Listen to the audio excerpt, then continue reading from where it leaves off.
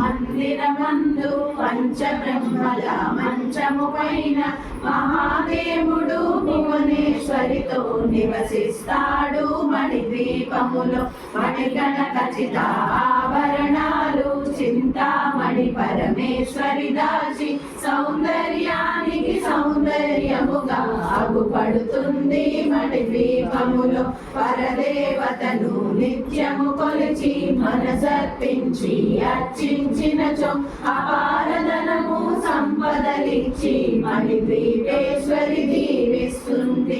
పరదేవతను నిత్యము కొలిచి మనసర్పించి అర్చించినచో అపారధనము సంపదలిచ్చి మణిద్వీపేశ్వరి దీవిస్తుంది. నూతన గృహములు కట్టిన వారు మణిద్వీప వర్ణన 9 సార్లు చదివిన చాలు అంతా శుభమే.